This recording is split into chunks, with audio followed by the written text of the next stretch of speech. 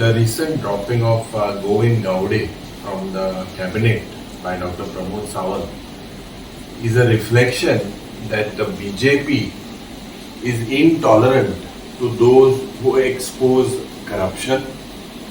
This seems to be their policy of intolerance to corruption. It is definitely not a stitch in time to save the failures of this government. There are several charges of corruption on several ministers, and I believe that it is the prerogative of the Chief Minister to choose who should be a minister in his cabinet. But one thing from what is happening in Goa today, across the state, several charges of corruption against several ministers, but this seems to be selective.